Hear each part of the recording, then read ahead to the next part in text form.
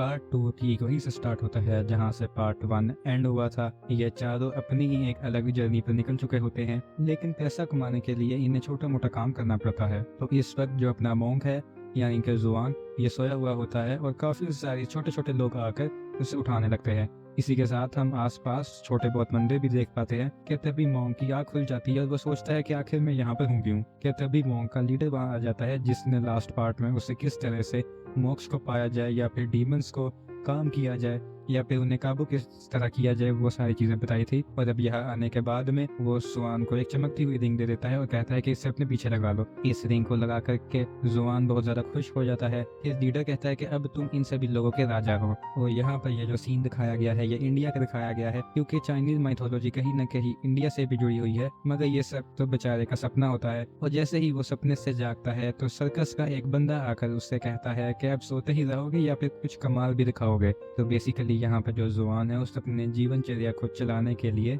एक सर्कस में पार्टिसिपेट किया होता है। अब उसका काम था लोगों का मनोरंजन करना। यहाँ पर दो लेडीज आती हैं, एक छोटे से बच्ची के बाद तो कहती है कि 2 चवन्नी दूंगी, जरा अपना जलवा तो दिखाओ। तो यहाँ पर वो सबसे पहले पिग मॉन्स्टर के पास जाता है जो कि अपनी सुंदरता वगैरह में दिखाता है, एंड देन फिश मॉन्स्टर के पास जाता है जो कि अपने चेहरे के अलग अलग रूप बना लेता है। तो उस वजह से बच्चा रोने लगता है, जिस पर आंटिया कहती है कि हमें हमारा पैसा वापस चाहिए। और फिर सर्कस का मालिक भी आकर उन्हें कहता है कि भाई क्या कर रहे हो, सर्विस बंद करवाओगे क्या। इतने में कुछ लोग कहते हैं कि अगर हमारा एंटरटेनमेंट नहीं किया गया तो हम तो तुमसे डबल पैसा लेंगे। जिसके बाद अब वो अपने मेन खिलाड़ी यानी कि मंकी किंग के पास जाता है और कहता है कि कुछ करके दिखाओ, लेकिन वो तो नीचे आकर के खाली लेट जाता है। तो जुआन उसे बुरा भला कहने लगता है और कहता है कि तुम एक बेवकूफ बंदर हो जिसे कुछ आता नहीं है, हर बार मेरी बेइज्जती करवाते रहते हो। तो जिस पर अब मंकी किंग को यानी कि अपने वूकों को गुस्सा आ जाता है और वो ऐसे ऐसे करतब दिखाता है हवा में उछल उछल करके कि वहाँ का टेंट टूट जाता है, टंकी गिर जाती है, बाढ़ आ जाती है, ढेर सारे बवंडर घूम जाते हैं और बेचारा सर्कस का मालिक कंगाल होकर कहता है कि भाई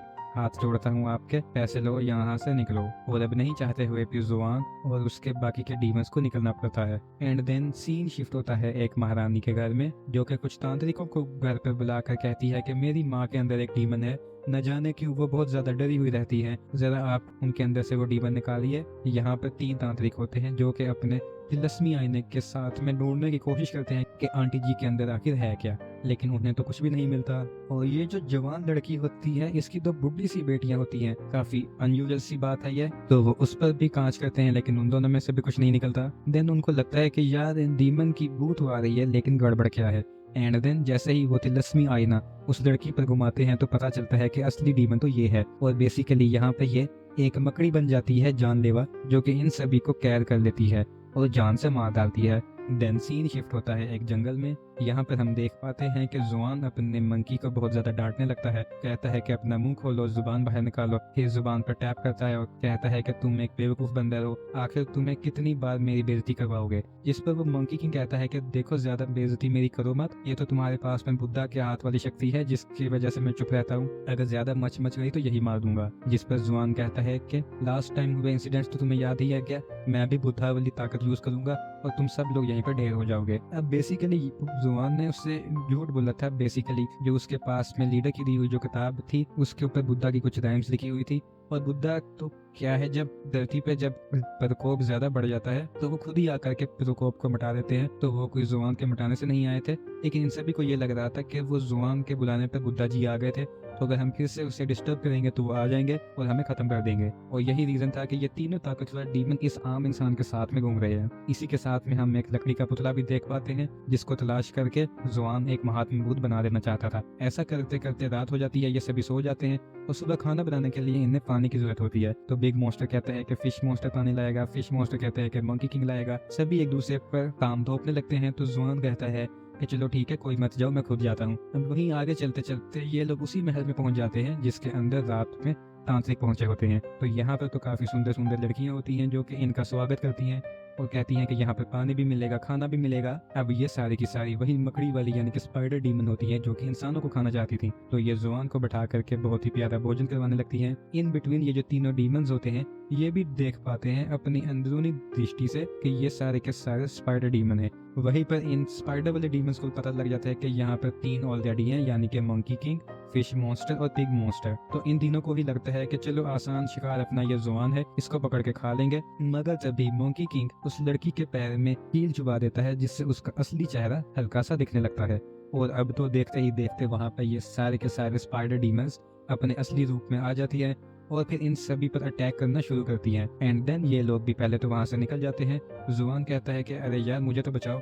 और फिर यहाँ पर धाकड़ फाइट होती है इनके बीच में। और चाइनीज मूवी तो ऑलवेज फाइट के अंदर नंबर 1 होती ही है। इनफैक्ट लास्ट वाली मूवी से इस वाली मूवी की जो CGI है वो सच में बेहतरीन है। अब इनके बीच बहुत दांसू लड़ाई होती है और लड़ते लड़ते ये पहुंच जाते हैं उसी महल के नीचे एक अंडरग्राउंड प्लेस पर, जहाँ आती है इन सभी स्पाइडर्स की सबसे बड़ी रानी। तो अपने जुआन भाई कहते हैं चलो सबसे पहले मैं अपनी बुद्धा शक्ति से इसे शांत करने की कोशिश करता हूँ। मगर गुस्से में आया मंकी किंग एक गुस्से के अंदर ही उस मकड़ी की जीभ तोड़ देता है, यानी कि अंदर की जो रानी होती है उसकी जीभ फोड़ देता है। अब इस बात पर जुआन को आ जाता है गुस्सा और रात को इन सभी को कहता है कि भाई आखिर तुम चाहते क्या हो, किसी को भी जान से मारना एक अच्छी आदत नहीं होती।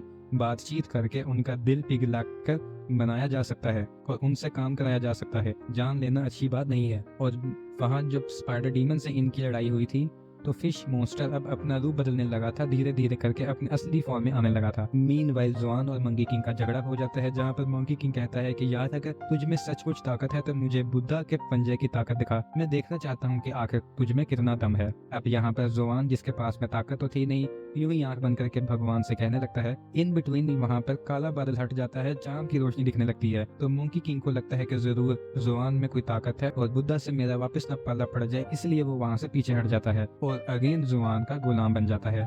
मीनवाइल हम देख पाते हैं कि फिश मॉन्स्टर, जो कि उस पॉइजन की वजह से अपने असली रूप में आ चुका होता है, वो ये सभी उसे एक कार्ट व्हील पर धकेल रहे होते हैं और चलते चलते ये पहुंच जाते हैं एक शहर में, जहाँ की असिस्टेंट आकर इन्हें थोड़ा सा जादू दिखाती है, इनका स्वागत करती है और बोलती है कि हमारे राजा, जो कि बहुत ज्यादा दयावान हैं, अगर आप उनका एंटरटेनमेंट कर सको तो फिर हम आपको आपकी मुंह मांगी चीजें देंगे, जो भी आप आना चाहते हैं। तो यहाँ पे ये उनकी बात मान करके महल के अंदर एंटर हो जाते हैं। मगर मंकी किंग को शुरुआत से ही यहाँ पे कुछ गड़बड़ लग रही थी। अब यहाँ के हम छोटे राजा को देख पाते हैं, तो वो कहता है कि चलो जरा कुछ करके दिखाओ। तो यहाँ पे वो तीनों डीमन यानी कि मंकी, फिश एंड पिग मना कर देते हैं कि हम तो कुछ नहीं करेंगे, जो करेगा अपना जुबान करेगा। अब जुबान उनके हाथ पैर पकड़ने लगता है कि भाई मुझे तो कुछ आता ही नहीं है, मैं तो तुम्हारे बलबूते पर आ गया था, कोई तो तरीका निकालो, नहीं तो वो हमारी गर्दन काट देगा। जिस पर मंकी किंग उसके सर पर एक कठपुतली लगा देता है और कहता है कि जो भी मैं करूंगा वही तुम करने लगोगे। तो यहाँ पर आके वो सबसे पहले डांस दिखाने लगता है। इस पर तो उससे बहुत ज्यादा गुस्सा आ जाता है, मगर राजा को ये सारी चीजें पसंद नहीं आती, इसीलिए वो उसे बाहर निकाल देता है। तो बाहर निकलने के बाद अगेन जुआन मंकी किंग को गालियां देता है और कहता है कि आखिर तुम यहाँ से चले क्यों नहीं जाते, हर बार मेरी बेइज्जती क्यों करवाते रहते हो। तो इस बार मंकी किंग को भी बुरा लग गया था और वो कहता है कि अब चाहे तुम मुझे कुछ भी कहो, मैं लौट के नहीं आऊंगा। कहते भी जुआन को उसकी गलती का एहसास होता है और वो उससे माफी मांग कर कहता है कि आज से मैं तुम्हारा बॉस नहीं, तुम्हारा बड़ा भाई हूँ। इस बात से मंकी किंग पिघल जाता है और अब सचमुच राजा को एंटरटेन करने के लिए ये लोग आ चुके होते हैं। मंकी किंग को जब छोटे पंडित पर शक हो रहा था, वो आते ही सीधा उसको चांटा लगा देता है। तो छोटा पंडित भी उसे मारता है और मारते मारते उसका असली गुस्सा बाहर आता है और हम देख पाते हैं कि वो कोई इंसान नहीं, वो भी एक छोटा रोबोट था, जो कि इंसानी शरीर में लोगों को पागल बनाकर यहाँ पर राज कर रहा था। और अब तो उसके और मंकी किंग के बीच एक जबरदस्त लड़ाई होती है। अब ये जो छोटा रोबोट था, इसके पास में फायर पावर भी थी और रिंग पावर भी थी, जिनकी मदद से ये मंकी किंग पर भारी पड़ रहा था। मगर अपना मंकी किंग डीमंस की गिनती पर सबसे आगे आता है, जिसके पास में सुपीरियर पावर्स होती हैं। तो वो उसका दमदार मुकाबला करता है एंड एज यूजुअल, जैसा कि मैंने आपको बताया कि उसके अंदर बहुत सारी ताकत होती है। तो लड़ते लड़ाते ये पूरा जो महल होता है ये लोग बर्बाद कर देते हैं और बाहर आ जाते हैं। यहाँ पे जो फायर पावर वाला रोबोट अपनी सारी की सारी फायर को मंकी पर डालने लगता है, मगर मंकी तभी अपनी पीछे के झंडे घुमाकर, बहुत तेज हवा घुमाकर उसकी हवा और उसी के साथ छोटे रोबोट को खत्म कर देता है। और इसी के साथ हम व्यूअर्स को ये पता लगता है कि असिस्टेंट, जो कि रोबोट के साथ मिली हुई थी, इन्होंने मिलकर असली राजा को जमीन में कैद कर रखा था। और जब ये असली राजा को बचा लेते हैं तो राजा इन्हें इनाम के तौर पर मुंह मांगी इच्छा देता है कि जो भी मांगोगे मैं तुम्हें दे दूंगा। तो यहाँ पर अपना जुआन, जो कि पेशे से एक पंडित होता है, तो उसे ज्यादा कुछ चाहिए नहीं था, तो वो कहता है कि मैं तो यहाँ से यूं ही चला जाऊंगा, कोई बात नहीं। मगर राजा उसे कुछ देना ही चाहता था, तो वो अपने इस महल में जितने भी कैद रानियां थी वो सब दे डालता है कि ये लो, ये सब लड़कियां तुम ले लो। तो जुआन बोलता है कि आखिर मैं इतनी लड़कियों का क्या करूंगा। तभी पीछे से वो कहता है कि हाँ हाँ रख लो, क्योंकि वो थोड़ा ऐसा ही लड़कीबाज आदमी था। लेकिन जुआन एक अच्छा आदमी था, यानी कि कहीं एक अच्छा पादरी था, वो एक अच्छा मॉन्क था। तो वो कहता है ठीक है, हमें ये नहीं चाहिए, इनके बदले में मैं इनकी आज़ादी मांगता हूँ, ये अपने घर पर जाके रह सकती है।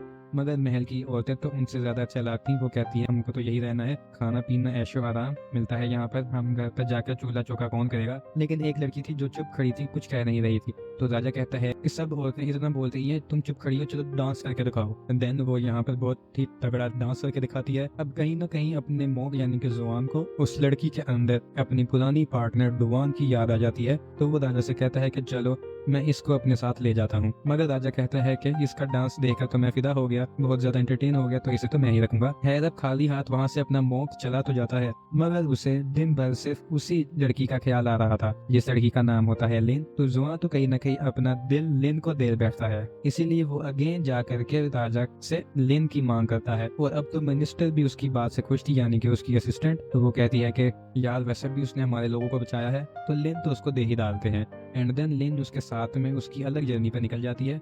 लेकिन कहीं ना कहीं मोंकी को उस पर थोड़ा सा शक हो रहा था। तो वो टैंक से कहता है कि क्या तुम इसका नाम जानते हो, परिवार जानते हो, कहाँ से आई है, कौन से गांव की है, ये कोई इंसान है या कोई डीमन।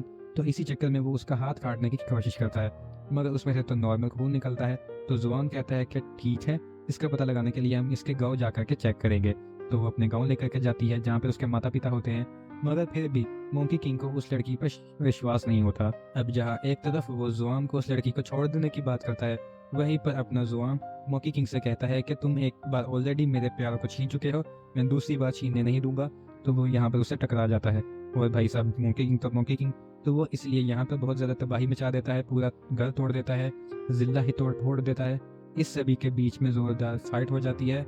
अब तो वो जुआन को मार देना चाहता होता है कि तभी लिन वहां आ जाती है और कहती है कि मैं तुम्हारे हाथ जोड़ती हूँ, प्लीज मान जाओ। मगर इस वक्त मंकी किंग को बहुत ज्यादा गुस्सा आ चुका होता है, यानी कि अपना वू कॉन्ग, और वो अपना असली रूप ले लेता है, एक बड़े से स्टोन वाले वू कॉन्ग में बदल जाता है। और अब होता है इस कहानी का सबसे बड़ा प्लॉट रिवील। ये जो सारी लड़ाई करवाई होती है, ये उसी छोटे रोबोट और मिनिस्टर ने करवाई थी ताकि वो उस मोंग को मरवा सकें।